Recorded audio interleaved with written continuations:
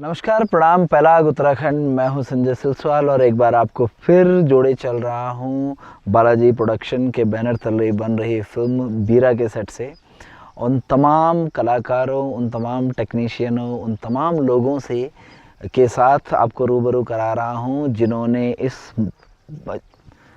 इस मूवी को बनाने में, इस फिल्म में रंग भरने का काम किया है। आज हमारे साथ एक विशेष शख्सियत मौजूद हैं और जिस जगह हम लोग ये इंटरव्यू कर रहे हैं, ये पॉडकास्ट कर रहे हैं, ये आपकी ही देन है। और कुछ दिनों पहले यहाँ पे एक सेट भी लगा था, जो हमने सबसे बेहतरीन जो एक गाना हमारा रिकॉर्ड हुआ है, शादी का एक सीक्वेंस रिकॉर्ड हुआ है, वो इसी जगह पर वो सेट लगा हुआ था। और इस जगह जिस गांव में हम लोग इसको शूट कर रहे हैं, औतड़ गांव है, जौनपुर ब्लॉक में पड़ता है, उत्तराखंड के टिहरी जनपद में गांव पड़ता है। और इस गांव में पूरी हमारी इस फिल्म की शूटिंग हुई है। और उस शूटिंग को लेकर के जितने उत्साहित हम और हमारी टीम थी, एक और व्यक्ति उसके लिए बहुत उत्साहित थे। उत्साहित इसलिए कि पहले दिन, जिस दिन हम लोग यहाँ रेकी के लिए आए थे, उसके बाद से लेकर के और ये आज हम लोग जो इस फिल्म का यहाँ पे समापन कर रहे हैं, तब तक जिन्होंने क्षण क्षण हर पल जिन्होंने हमें अपना साथ, अपना सहयोग, अपना आशीर्वाद, अपना साथ हमारे साथ बनाए रखा, वो आज हमारे बीच में हैं। आचार्य रविंद्र लेखवार जी, रविंद्र दत्त लेखवार जी, आपका स्वागत है सर। धन्यवाद। सबसे पहले तो हमारी पूरी टीम की ओर से आपको बहुत बहुत धन्यवाद, बहुत बहुत साधुवाद। और आपका जो ये कला प्रेम है कि हमने एक आपसे विनती करी और आपने जो है पिछले इतने दिनों तक हमारी जो है खातिरदारी से लेकर के सब कुछ जो है आपके सानिध्य में रहा। जी। आपका बहुत बहुत धन्यवाद पहले हमारी पूरी टीम की ओर से। और थोड़ा सा अपने बारे में अगर आप थोड़ा सा बताएं। मेरा नाम आचार्य रविंद्र लेखवार है। मैं उत्तराखंड के टिहरी जिले के, जहाँ पे आप अभी बैठे हैं, जौनपुर ब्लॉक पड़ता है जी। औतड़ गांव है, भगवान नाग देवता के पावन सानिध्य में, और यहीं से थोड़ी सी ऊपर नागटिब्बा है। इस पावन धरा में हमारा जन्म स्थान है। और कार्य से हम ज्योतिषाचार्य भी, ज्योतिष का भी देखते हैं। मेरा हथत्योड़ में जहाँ से आप आते हैं वहाँ पर ज्योतिष कार्यालय है, सुरकंडा ज्योतिष एवं रत्न केंद्र के नाम से। अच्छा जी। और कथा प्रवचन इत्यादि हमारा कार्य है। तो आप पहले तो मैं आपको इस बात के लिए भी साधुवाद दूंगा कि कहते हैं ना कि आपके इस पूरे क्षेत्र को जो प्रकृति ने नवाजा है, जिस खूबसूरती से नवाजा है, तीनों तरफ जो है देवदार के जंगल हैं और सामने एक खूबसूरत सी वैली है। मतलब हम जैसे फिल्म बनाने वालों या मतलब इस तरह के जो पेशे से जुड़े लोग होते हैं, जो फिल्मांकन और उससे जुड़े लोग होते हैं, हमारे लिए तो जन्नत है ये। बिल्कुल। तो इसमें इस जगह की अगर हम लोग बात करें, नाग देवता का यहाँ पे मंदिर है, उनके बारे में अगर आप थोड़ा सा बताएं हमारे दर्शकों को, ताकि बहुत सारे लोग जो उस यात्रा के लिए भी यहाँ पहुँचना चाहते हैं, वो इस जानकारी के साथ पहुँच पाएँ। जैसे कि आपने देखा होगा, बहुत ही प्राचीन मंदिर है हमारा नाग देवता का, गाँव के ठीक बीच में। और आज तो जब आज चर्चा चल ही रही है, तो मैं सुबह जब फेसबुक पे देख रहा था, टिहरी गढ़वाल का एक, शायद मुझे लगता है कोई गवर्नमेंट पेज है, आज उन्होंने भी यहाँ की इमेज डाल रखी है, ये पूछ के क्या आपको जानकारी है नाग देवता मंदिर कहाँ स्थित है। हाँ जी। तो हाँ जी, मैंने देखा, और आज चलो आपसे इस बारे में चर्चा भी हो रही है।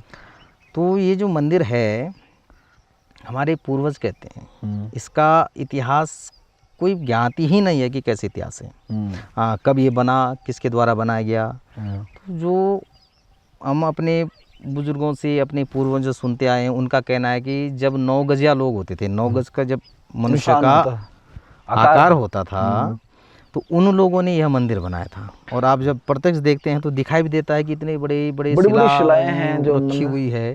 तो आज तो क्रेन है, मशीनरी समय है, उस समय ये चीज़ें नहीं थी। तो सोचने वाली बात है कि उस ऊंचाई पर इतने बड़े बड़े पत्थर पहुँचे कैसे। तो ये सारी चीज़ें देखकर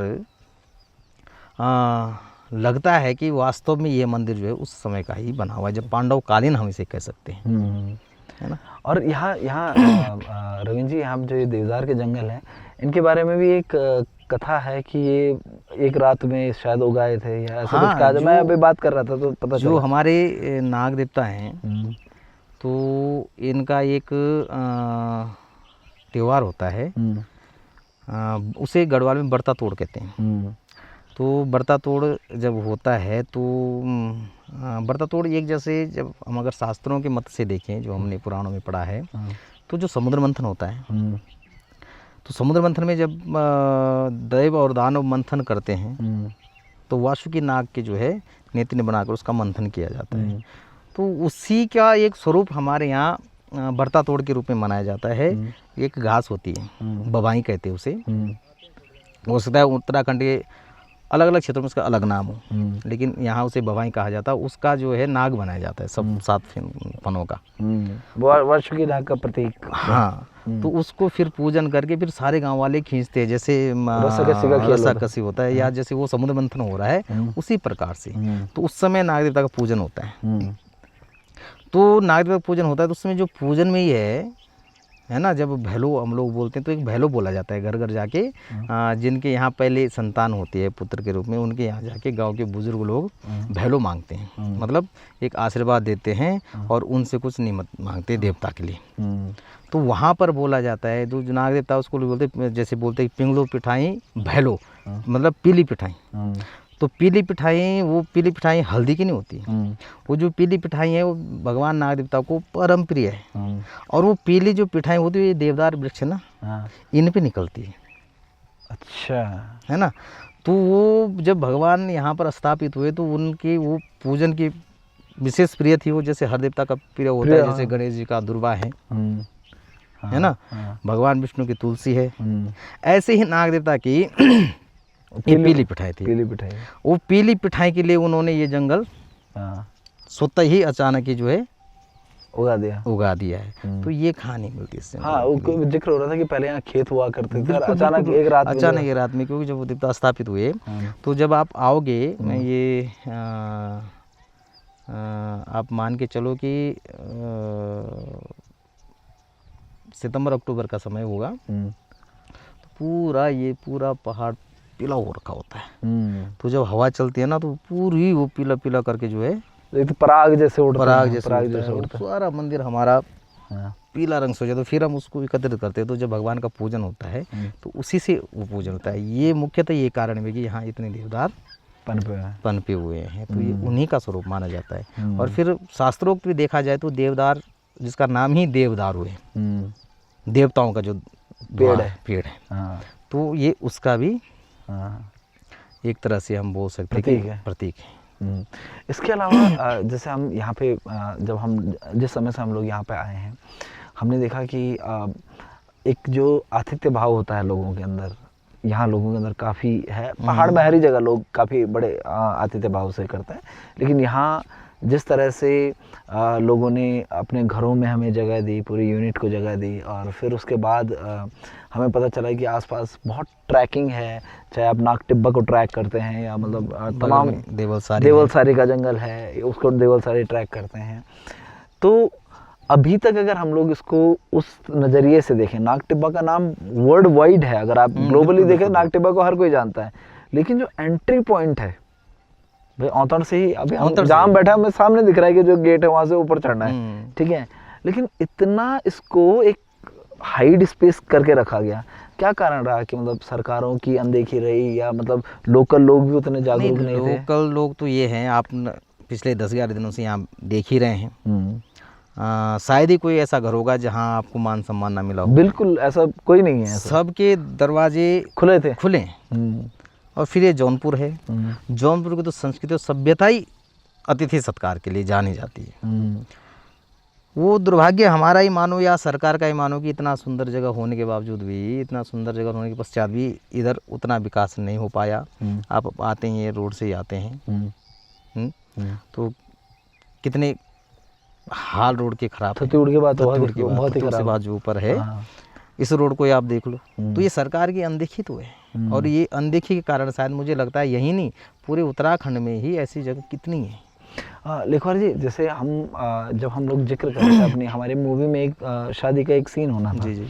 अब चूंकि हम लोग एक ऐसे बिजनेस से भी आते हैं जो शादियों से जुड़ा हुआ बिजनेस है, तो हम उस चीज़ की, उस जगह की और उस एक फ्रेम की जो हमारे कैमरे में दिखाई देता है, उसकी एक बड़ी वैल्यू समझते हैं। तो जब हमने प्लान किया तो पहले हमारा उस घर में ही प्लान था कि हम वहाँ पे शादी करेंगे, लेकिन फिर प्लान बना कि अचानक जहाँ हम बैठे हैं यहाँ की जाए, क्योंकि एक आजकल जैसे हमारी जो गवर्नमेंट है, मोदी जी की गवर्नमेंट है या धामी जी की जो गवर्नमेंट है, इनका एक प्रोग्राम अभी मोदी जी ने इवन देहरादून से लॉन्च भी किया, हाँ, launch भी किया। वेड इन उत्तराखंड। हाँ, उत्तराखंड में बिल्कुल, विवाह बिल्कुल, कीजिए कि मतलब सारे देवताओं का जो आशीर्वाद आपको मिलेगा। और एक बहुत प्यारी लोकेशन ये भी है कि जहाँ पे आप एटलीस्ट बैठिए। डेस्टिनेशन वेडिंग के लिए आप पहुँच बिल्कुल, सकते हैं। क्या ये ख्याल जो है लोकल, मतलब लोगों ने कभी इस तरह से इसको देखा नहीं क्या? नहीं, इस तरह से सोचा तो काफ़ी, किंतु मैं वही कह रहा हूँ ना कि एक कहीं ना कहीं जैसे उत्तराखंड हमारा टूरिज्म से जुड़ा हुआ है, पर्यटन से जुड़ा हुआ है, तो सरकार को भी ऐसी जगह ध्यान देना चाहिए। दूसरा, अब आप कह रहे कि हम आपको सहयोग किया, समस्त गाँव वालों ने सहयोग किया, सच्चाई ये भी है सिलसवाल जी कि जब आप जैसे लोग आएंगे तभी हमारा ये क्षेत्र जो है किसी की नज़रों में आएगा, अन्यथा आज से पहले भी तो था ये चीज़ें। और हो सकता है कि इससे भी अच्छा हो, क्योंकि प्रकृति धीरे धीरे परिवर्तित हो रही है। तो जो 10-12 साल पहले की बात होगी वो आज नहीं है, हो सकता है उससे अच्छा ही हो। लेकिन प्रचार प्रसार तभी होगा जब हम आप जैसे लोगों को सहयोग करेंगे, और तभी सरकार तक ये बात भी पहुँचेगी कि हाँ कहीं ऐसी जगह है ना। और डेस्टिनेशन वेडिंग के लिए तो बहुत ही सुंदर जगह है, आप आइए, आपका स्वागत है, पूरा गांव आपके सहयोग में खड़ा है।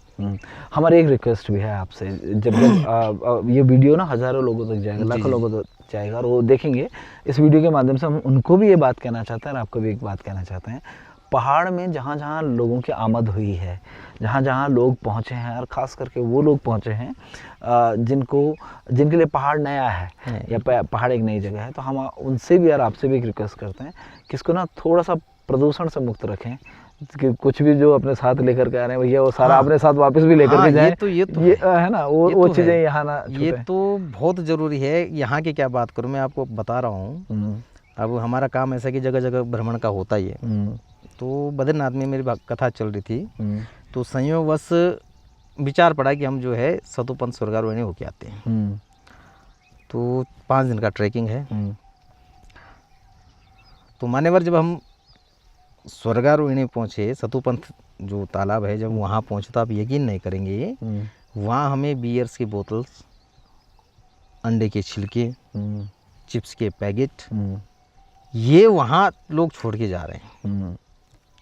तो जो हमारे साथ पोर्टर वगैरह थे, मैंने उनको कहा, मैंने कहा हम आपको और सेवा कर देंगे जो आपका है, इनको पैक करो, इनको साथ में नीचे लेके चलते हैं। तो चाहे वहाँ की हो चाहे यहाँ की हो, आपका स्वागत है टूरिज्म के लिए जो आ रहे हैं, क्योंकि उत्तराखंड का विकास टूरिज्म से जुड़ा हुआ है। लेकिन विनती ये भी कि आप जब आते हैं तो अतिथि के भाव से आइए, है ना। और हम तो यहाँ बैठे ही हैं, अतिथि हमारे लिए नारायण है, लेकिन नारायण रूप में आइए, जो आप यहाँ ला रहे हैं वो साथ में लेके जाइए। दुख होता है, आजकल दिखाई दे रहा है, आप सोशल मीडिया पे कहीं जो है गाड़ियाँ में कुछ किया जा रहा है, कहीं लड़ाई झगड़े हो रहे, तो ये चीज़ ना करें। इनसे जो है आपका भी, जो आ रहे हैं उनका भी मन खराब होता है, और जो लोकल लोग हैं उनका भी।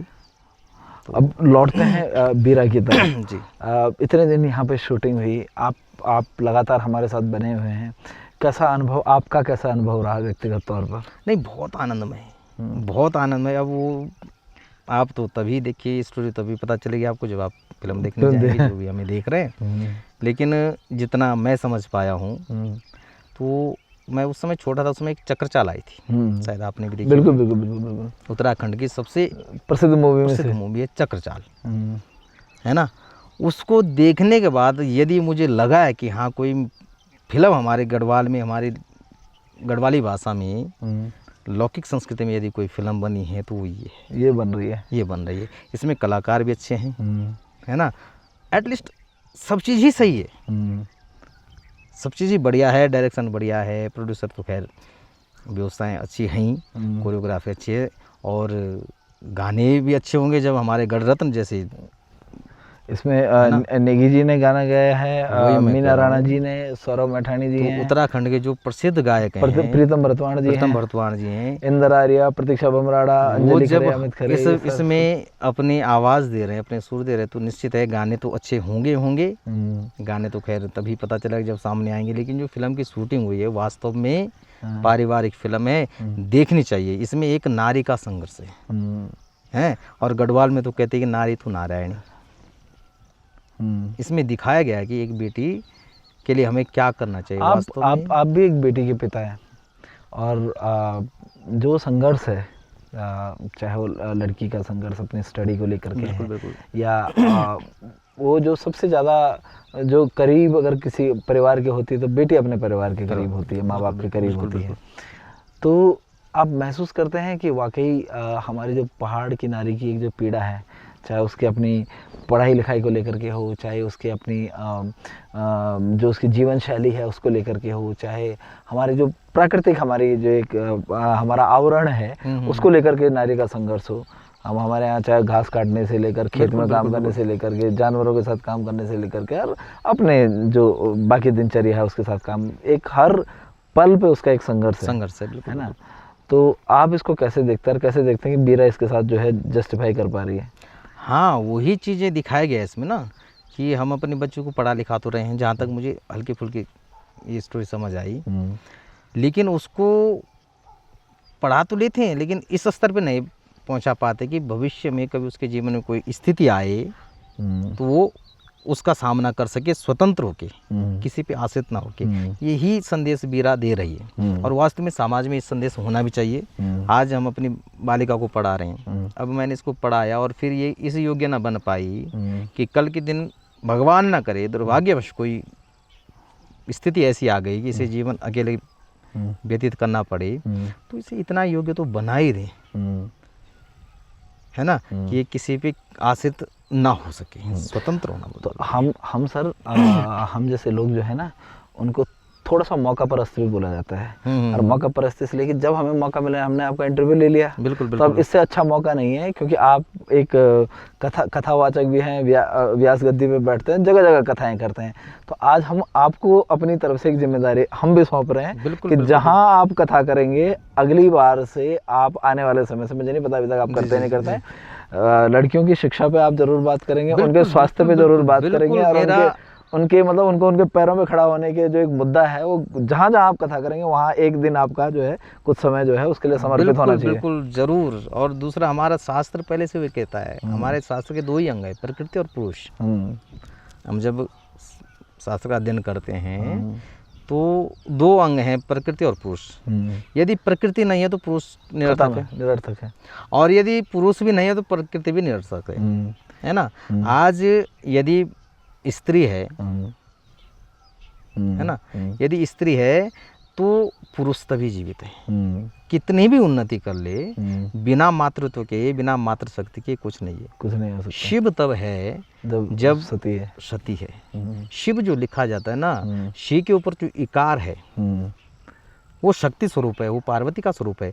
यदि उसे हटा दिया जाए तो मात्र शव रह जाता है। तो हमें इस चीज़ पे, बालिकाओं के शिक्षा पे, स्वास्थ्य पे, इन पे अवश्य ध्यान देना चाहिए। और वीरा जो आप लोगों ने फिल्म लाई है, ये इसी तरफ हमें लेकर जाती है और यही हमें संदेश देती है। और समाज, वास्तव में समाज में सुधारने के लिए बहुत ज़रूरी चीज़ें।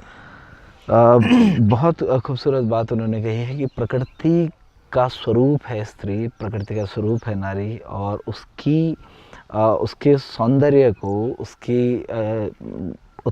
उसकी कलात्मकता को, उसकी ऊर्जा को बचाए रखना, उसको संरक्षित करना, संयोजित करना हमारी और आपकी सबकी एक साझी जिम्मेदारी है। कहा भी जाता है बेटियां जो होती हैं ना किसी की नहीं होती, बेटियां साझी होती हैं, साझी धरोहर होती हैं हमारी। और यही संदेश जो है बीरा भी आप तक लेकर के आएगी। और आपको लगातार जोड़े जा रहे हैं, जिन लोगों ने पूरा सहयोग हमें दिया, इस फिल्म को बनाने में दिया, आपने उसमें अपनी एक जिसे बोलते हैं ना, एक जिसे हम कह सकते हैं कि बहुत बड़ी जिम्मेदारी आपके ऊपर थी और आपने वो बखूबी निभाई। इसके लिए हम पूरी बीरा टीम की ओर से आपका साधुवाद देते हैं। आपने हमें समय दिया, इसके लिए बहुत बहुत धन्यवाद। एक बात जाते जाते एक बात और बोल के जाऊँगा जी। मैं कल ही किसी दार्शनिक को पढ़ रहा था, लेकिन अभी ध्यान नहीं आ रहा मुझे, तो उन्होंने बहुत अच्छी बात लिखी थी कि स्त्री ना एक फूल के समान है जी, है ना।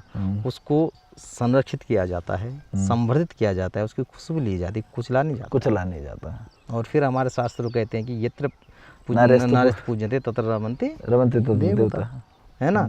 अब यहीं लगा, इसी गांव में है, नाग देवता का तो हमने प्रचार कर दिया, व्याख्यान कर दिया, उल्लेख कर दिया है, लेकिन उन्हीं के साथ माँ राजराजेश्वरी भी विद्यमान है, जो इस गांव की अधिष्ठात्री है, जो इस गांव की रक्षक है। रक्षक देवी। तो बिना शक्ति के, बिना उसके तो वो भी विराजित नहीं है, बिल्कुल। वो भी अपने साथ उनको बिठाए हुए हैं। तो यही चीज़ें हैं। और अंत में ये है कि जाइए, आपके बीच में वीरा आने वाली है ना। और ये जो भी है, क्या एक स्त्री का संघर्ष होता है, क्या हमें एक बच्चे के लिए, एक पुत्री के लिए, एक बेटी के लिए करना चाहिए, एक बहू के लिए करना चाहिए, यही संदेश आपकी वीरा दे रही। बहुत ही आनंदमय है। और सबसे बढ़ के कि पारिवारिक फिल्म है। अन्यथा आजकल फिल्में ऐसी आ रही है कि जो बच्चों के साथ देखने में शर्म लग रही आती है। बेटी बहू इनके साथ देखने में फिल्म है ना। ये हमारी पारिवारिक फिल्म है और आप सब लोग जाइए। और मुझे उम्मीद है ये नाग देवता के आशीर्वाद से फिल्म सुपर डुपर रहेगी। मैं कह रहा हूँ ना कि चक्रचाल का भी ये रिकॉर्ड तोड़ने वाली है, आप मान के चलिए। बहुत बहुत धन्यवाद। ये आप मान के चलिए। मैं उस समय 8वीं 9वीं में पढ़ता था, तब मैंने चक्रचाल देखी थी देहरादून में ही। और इसकी जो मैं स्टोरी देख रहा हूँ, अब मैं जुड़ा हुआ हूँ, है ना। मैं देख रहा हूँ कहाँ पे क्या चीज़ है, कहाँ पे क्या चीज़ है। तो उत्तराखंड के चक्रचाल के बाद यदि कोई मूवी रिकॉर्ड बनाने वाली है तो निश्चित है कि वीरा बनाएगी। बहुत बहुत धन्यवाद। हमारे आपको बहुत बहुत शुभकामनाएं। और सभी दर्शकों से निवेदन है कि आप अपने बच्चों के साथ अवश्य जाइए। यदि आपको अपने बच्चों को शिक्षा देनी है, समाज में कैसे आगे बढ़ना है, क्या चीज़ें होती है, तो अपने बच्चों को अवश्य में दिखाइए। लोग कहते हैं कि फिल्में, बच्चों को फिल्में नहीं दिखानी चाहिए। बिल्कुल दिखानी चाहिए। हमारे समाज का आईना है, आईना है। उससे बच्चे सीखते हैं, ज्ञान मिलता है ना। हमारे गुरुजी कहते थे जब हम पढ़ते थे कि फिल्म देखना बुराई नहीं है, बुराई है कि आप उससे ला क्या रहे हो, है ना। कोई अच्छा आदमी जाएगा तो हीरो का कैरेक्टर देखेगा कि हाँ भाई हीरो ने ये किया सो किया, तो मतलब अच्छा कर्म करे, अंत में इसका अच्छा हुआ, अंत भला तो सब भला। लेकिन जो विकृत मानसिकता वो ये कहता है, मैंने सुना है कितने लोगों को कि जो विलन है, गुंडा है, खलनायक है, वो मरते मरते चाहे किसी भी बुरी तरह से मरा, लेकिन जिंदगी भर जो है उसने बुराई काम किया, है ना। तो वही चीज़ें आप फिल्म से क्या ज्ञान ला रहे हो, क्या सीख रहे हो, वो आप पे निर्भर करता है। अन्यथा फिल्म, ये जो फिल्म है साफ़ सुथरी फिल्म है, बच्चों के लिए बड़ी प्यारी फिल्म है। बच्चों के लिए नहीं, बड़ों के लिए भी है, सबके लिए। और हमारे समाज को तो अवश्य में इसे देखना चाहिए, प्रोत्साहित करना चाहिए। अगर हम प्रोत्साहित नहीं करेंगे तो हमारा ये जो लौकिक सिनेमा ये कैसे आगे बढ़ेगा। आज आप बॉलीवुड को देख लो कहाँ पहुँच गया, है ना। तो हमें तो अवश्य में सहयोग करना चाहिए। तो बहुत बहुत शुभकामनाएं आपको इस फिल्म के लिए। और आप हमारे क्षेत्र में आए, हमारे क्षेत्र का जो है आपने प्रचार प्रसार किया है, उसके लिए भी आपका बहुत बहुत धन्यवाद। जब भी आप आएंगे आपको ऐसे ही हमारे दरवाजे सदैव खुले मिलेंगे। अपना ही घर समझ के आप आइए। आभार इस आतिथ्य के लिए, और आभार उन सभी चीज़ों के लिए जहाँ पे हमें दिक्कतें आ रही थी। उन दिक्कतों के आगे जो है लिखवाड़ जी ढाल बनकर खड़े रहे और तमाम उन दिक्कतों से हमें पार लगाया। देखिए पहाड़ है, पहाड़ जैसा व्यक्तित्व रखता है, विराट होता है, लेकिन दिक्कतें, चैलेंजेस भी पहाड़ जैसे होते हैं। लेकिन जब साथी, जिसे बोलते हैं कंधे से कंधा मिलाने वाले साथी खड़े हों, ढाल बनकर आगे आने वाले लोग खड़े हों, तो यही एक वजह है कि हम जैसे फिल्म बनाने वाले लोगों की, हम जैसे कंटेंट क्रिएटर्स की हिम्मत जागती है, हमें ऊर्जा मिलती है कि हम किसी जगह पे जाकर के शूट कर पाएँ, किसी जगह को जाकर के बेहतर दिखा पाएँ। उम्मीद है जितने हमारी आँखों ने इस जगह की खूबसूरती को देखा है, हमारे कैमरे ने इस जगह की खूबसूरती को देखा है, इन लेंसेज के पार उस पार आप उस खूबसूरती का आनंद ले पाएंगे। उन तमाम कहानियों का, किस्सों का, गीतों का, और जितनी भी हमने कोशिश की है उस तमाम कोशिशों का आनंद आप ले पाएंगे। लेकिन हम बार बार उन सभी लोगों का शुक्रिया अदा करते हैं जिन लोगों ने तृण भर भी इस महायज्ञ में अपनी आहुति दी है। और आपका तो बड़ा योगदान रहा, आपका भूरी भूरी आभार, बहुत बहुत आभार। स्वागत आपके, धन्यवाद आपका भी।